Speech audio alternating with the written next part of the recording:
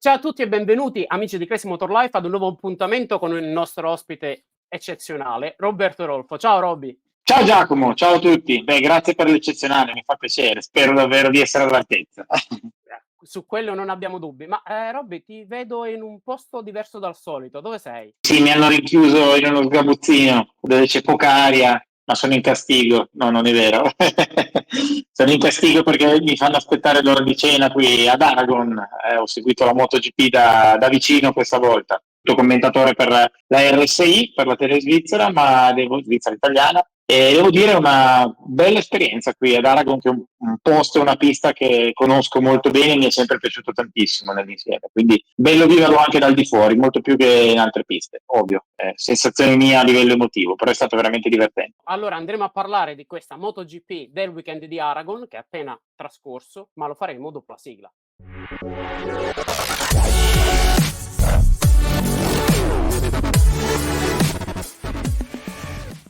Aragon che quest'anno si è presentata in maniera diversa con l'asfalto nuovo. Robby, dici un po' quali sono state le sensazioni vissute lì nel paddock. Allora, intanto devo dire che è una pista che conosco molto bene perché fin dall'esordio nel 2010 di questo tracciato nel motomondiale ci ho sempre corso.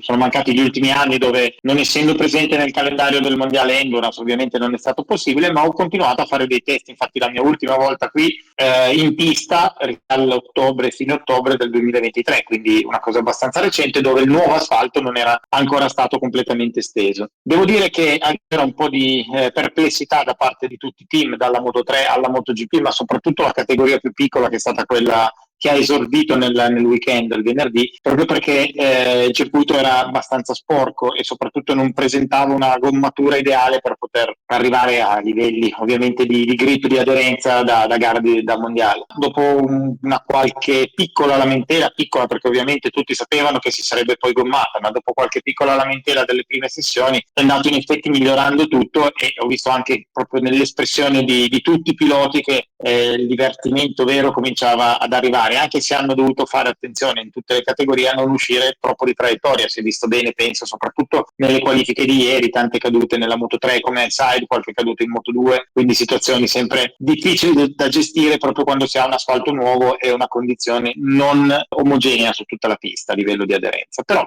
nell'insieme è stata una bella novità, anche perché venerdì Marquez ha fatto segnare il record della pista, il miglior tempo che non era mai stato registrato prima in 1,45, quindi una miglioria c'è assolutamente stata. Robby, prima di passare alla categoria regina, che è quella della MotoGP, sappiamo che tu per il marchio VDS segui Tony Arbolino, che quest'oggi è risalito sul podio. Guarda, è stata una rinascita, infatti sono veramente contento perché ho seguito come lo scorso anno un po' da bordo pista quelle che sono le prestazioni di tutti e due i piloti VDS. L'anno scorso ero impegnato con Sam Lowe e Tony Arbolino, appunto, quest'anno con Tony Arbolino e Filip Salac. Quando mi è stato possibile ho sempre cercato di dare una mano anche da lontano, anche nei Gran Premi in cui non ero direttamente presente, anche quelli extraeuropei, seguendo comunque l'evoluzione, sapendo come funzionano quel tipo di moto, mi è sempre stata abbastanza chiara la strada da prendere. Arbolino ha sempre faticato un po' in questa stagione nel trovare un certo ritmo in gara, veloce in prova secondo me ad inizio campionato, molto veloce anche nei test invernali, entusiasta delle Pirelli all'inizio, in difficoltà nel gestire poi il passo gara successivamente. Infatti bisogna dire che il grosso miglioramento che ha fatto non solo qui ad Aragon ma anche nella gara precedente in Austria, dove secondo me ha cambiato davvero ritmo, o comunque la progressione di queste ultime due gare è proprio avvenuta in un miglioramento di ritmo soprattutto nelle fasi finali della gara. Però anche oggi, nonostante un risultato bellissimo e quindi merita tantissimi complimenti come i complimenti li merita la sua squadra, ha ancora avuto qualche difficoltà negli ultimi 5 giri perché non è comunque riuscito a tenere il passo di Dixon. Facciamo i nostri migliori auguri che Tony sia rientrato e ritornato alle posizioni che gli competono, che sono quelle del podio, perché lui per quanto Esatto. ci riguarda deve giocarsi il mondiale, deve essere uno di quei piloti che fino all'ultima curva dell'ultimo Gran Premio deve giocarsi il mondiale. Poi se lo vince anche prima non ci sono problemi. Ma passiamo alla ciccia di questo weekend. Io partirei da una piccola polemica, se vogliamo, che è nata sui social. Quel numero 2 fatto da Bagnaia al rientro ai box dopo la sprint race all'uomo Michelin. Tu che eri lì, hai fiutato qualcosa in particolare? Ma allora, è una cosa che è saltata all'occhio anche a me, infatti l'ho detta durante la telecronaca della Sprint Race MotoGP. Devo dire che non è di difficile interpretazione da un lato, perché significa che comunque un problema si è ripetuto per 2 volte, sicuramente, quello è una cosa che potrebbe essere abbastanza chiara. Non è detto che il problema sia legato completamente alle gomme, perché sembra, anche se oggi diventa difficile, perché un pilota veramente non può più dire ho avuto quel tipo di problema, anche senza andare nello specifico, però ovviamente darebbe anche una direzione, un indirizzo a tutti, senza andare a fare critiche né alle gomme, né alla messa a punto della moto, né alla squadra, né alla propria guida, cioè nell'insieme sarebbe utile secondo me per tutti, invece di creare un po' questa suspense che ha un po' i suoi limiti, ecco, perché più che suspense genera un po' di rompicapo che alla fine non sono necessari, perché secondo me un minimo più e libertà nelle dichiarazioni dei piloti ci dovrebbe essere, poi certamente con i giusti paletti per rispettare tutto. Comunque secondo me alla fine quel gesto forse non voleva essere rivolto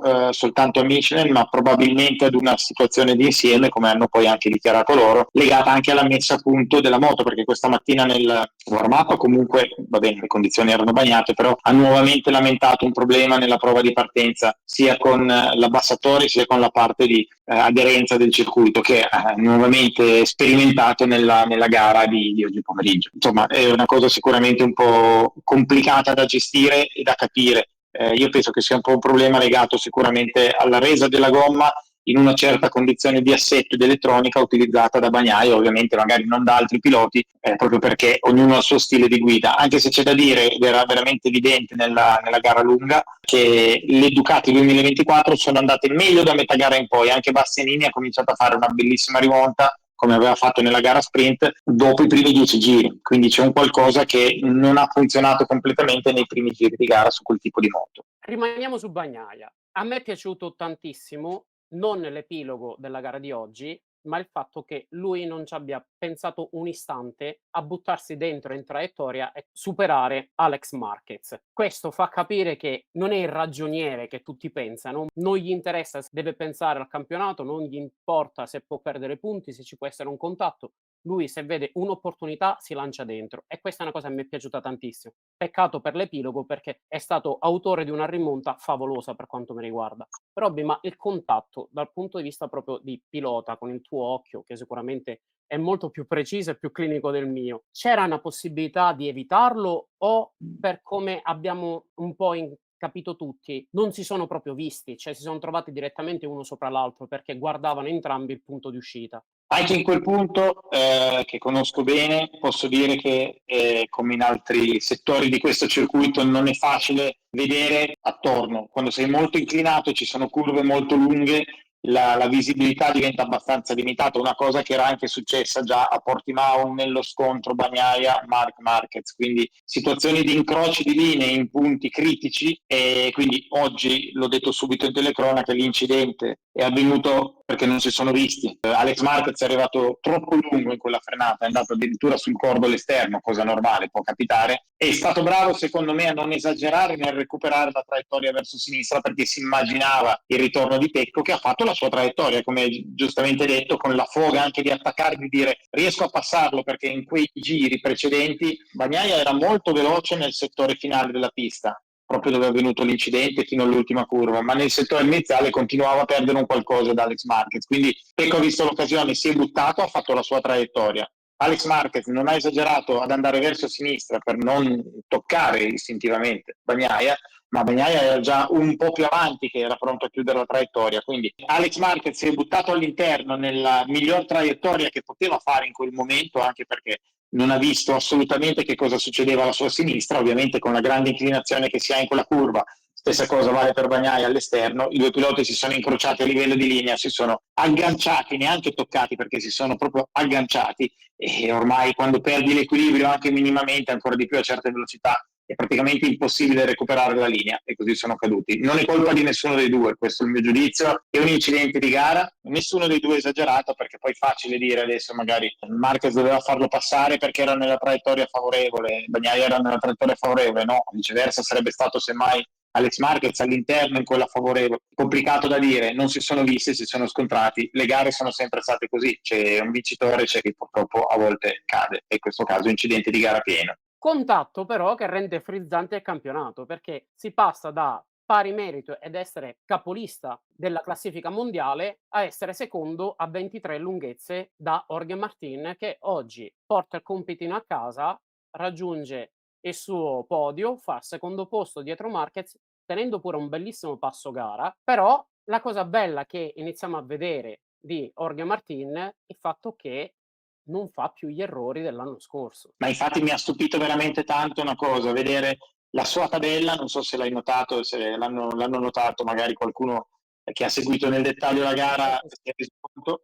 Esatto, anche perché secondo me la problematica che ha sempre avuto Martin è stata proprio quella, la velocità non gli manca, la concentrazione purtroppo ogni tanto è mancata nei momenti importanti, quasi come una cosa inconscia, una sorta di rilassamento perché ci si sente arrivati ad un certo punto con un certo vantaggio, sia in prima posizione che in posizioni a seguire, ma comunque con un vantaggio importante, ed ecco che in quel caso molla la testa, molla la concentrazione, basta un attimo per sbagliare ancora di più in un tracciato come questo, quindi hanno cercato proprio da parte del suo team di mantenerlo focus, concentrato su quello che stava facendo. E il pezzo che manca Martini, continuo a dire manca perché bene, adesso è davanti nel mondiale, hai detto giustamente, probabilmente Bagnaia è meno ragioniere di quel che si pensa. Bagnaia è bravo secondo me ad essere ragioniere quando serve, ovviamente oggi era in rimonta, non ha guardato chi c'era dietro, attaccava. Ieri si è guardato molto attorno nella gara sprint perché ci sono stati dei momenti dove ha rischiato veramente di cadere e di finire fuori traiettoria, di conseguenza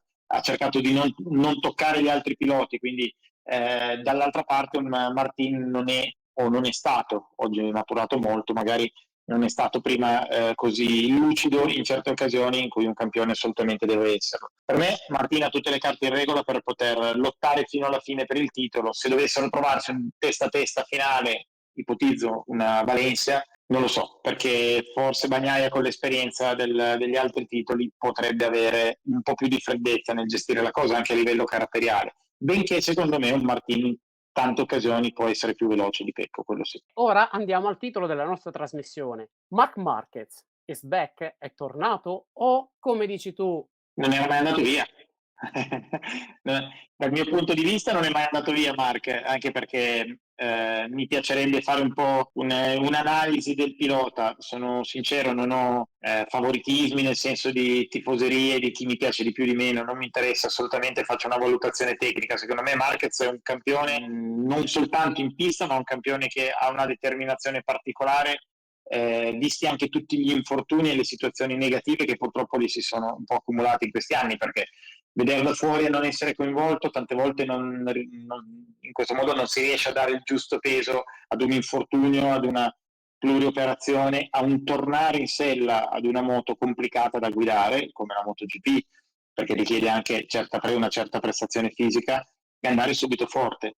Continuo a dire quando mi chiedono in tanti tifosi eccetera, ma perché pensi questo? Perché guarda, Bastianini lo scorso anno quanto ha faticato quando purtroppo ha perso il ritmo per un infortunio ad inizio stagione con la scapola abbastanza importante, quanto ci ha messo a ritornare, perché comunque è un motomondiale, che sia MotoGP o Moto3 non importa, o Superbike o qualsiasi campionato del mondo, c'è un ritmo di un certo tipo, perdi una gara ancora per un infortunio, devi rimetterti, stai fuori tempo, torni in sella, devi ritrovare il ritmo, è davvero difficile. Marquez questa cosa l'ha sempre un po' saltata a piedi pari, cioè veramente in sella prima possibile, in sella è nuovamente competitivo, cioè non è mai andato male da dire ma cavolo è rimasto fuori 3 mesi, come fa a tornare uno così? Poi pensiamo a tutte le conseguenze che hanno avuto un po' le sue cadute, quindi sì, è un ritorno di Marquez perché mancava da più di 1000 giorni dalla sua ultima vittoria. Una vittoria non solo di questa gara, ma secondo me la sfida che ha accettato con Ducati in un team esterno e la voglia che ha ancora comunque di dimostrare chi è,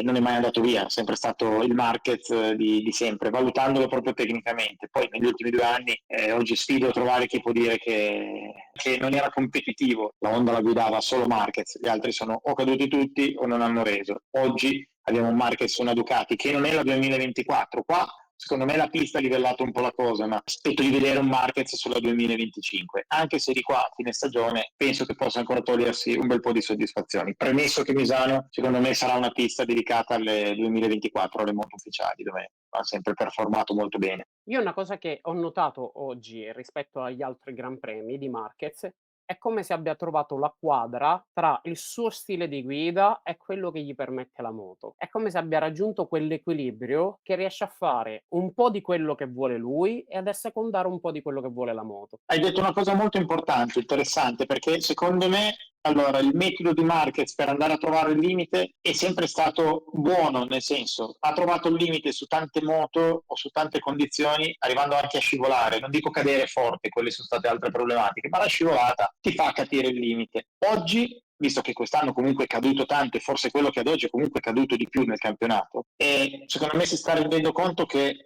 se vogliamo metterlo come suo difetto questo, si sta rendendo conto che ha bisogno di assecondare di più la moto, quindi di prenderla meno di punta. Si è abituato, secondo me, anche un po' per nervosismo, perché non riusciva a performare bene con la Honda, a voler dare troppo, ad andare anche oltre il limite della moto. Ovviamente la Ducati è una moto stracompetitiva, ci sono sempre solo Ducati, va bene a costa, però con la gas, però comunque sia la Ducati la portano a livello podio in tanti, e deve non esagerare anche con questa moto, dare spazio a quello che può essere il potenziale della moto, provare a capirla e, come hai detto giustamente te, a secondarla. Forse gli è sempre mancata un po' quella parte lì, l'ha sempre presa un po' troppo di punta. Quindi ora ci rivediamo a Misano. Ci rivediamo a Misano, un'altra gara che seguirò da vicino perché sarò nuovamente coinvolto con la telecronaca per la RSI, quindi dal sabato saremo già in diretta con le prove, poi successivamente con la gara sprint e della domenica per tutte le categorie. Misano è una pista che conosco anche molto bene, a me personalmente non ha mai entusiasmato, ci sono diversi piloti che la amano e altri che non dico la odino proprio, ma sicuramente non sono così entusiasti di correrci perché crea assolutamente poco divario tra un pilota e l'altro, le classifiche sono sempre molto vicine, quindi è facilissimo perdere tanto, anche se poco in termini di tempo, ma essere indietro in griglia, parlando soprattutto di prove, o a volte diventa anche abbastanza facile, se si ha un buon riferimento e comunque una buona moto, riuscire ad essere competitivi ed essere là davanti. Per questo l'ho data come pista Ducati 2024, perché solitamente è una moto che performa talmente bene in frenate, a Misano di frenate importanti, la Quercia, il tramonto, la prima curva, ce ne sono un bel po', ma è anche una moto bilanciata che va comunque guidata nei pezzi stretti, che però sono stretti ma hanno bisogno di una grande accelerazione in uscita, non è soltanto una questione di telaio. Quindi una pista adatta alla Ducati, una pista che servirà anche a tutti i team come riferimento per la seconda gara di Misano, perché ricordiamoci che hanno tolto l'India e al 21-22 di settembre ci sarà la seconda gara proprio sul circuito di Misano. È probabile che si abbia già uno scenario, non dico completo, ma di quello che può essere il potenziale in tutte le categorie anche per il secondo round di fine settembre. Bene, allora, cari amici di Crazy Motor Life, per questo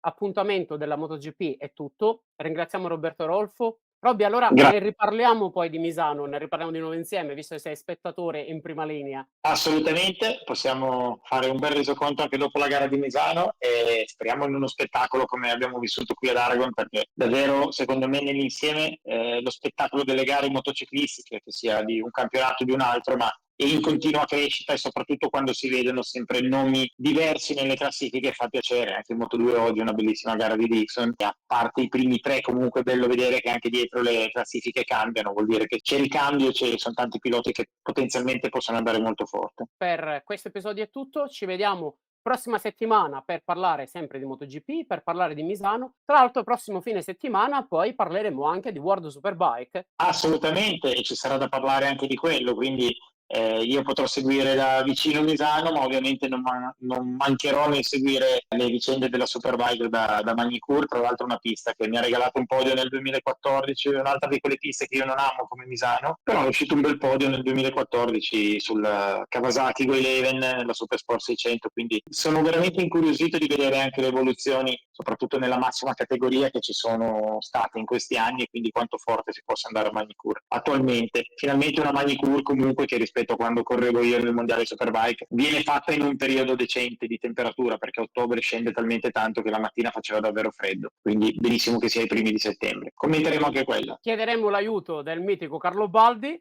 che sarà lì in prima linea, tra l'altro. Forse c'è una sorpresina, passerà pure qui da Crazy Motor Life prima di andare al circuito di Manicure.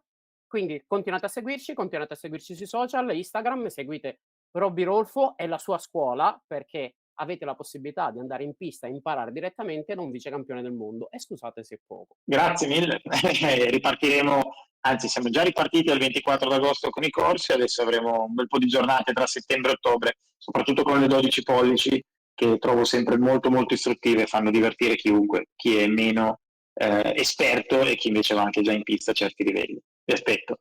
Ciao Roberto! Ciao a tutti, alla prossima. Ciao.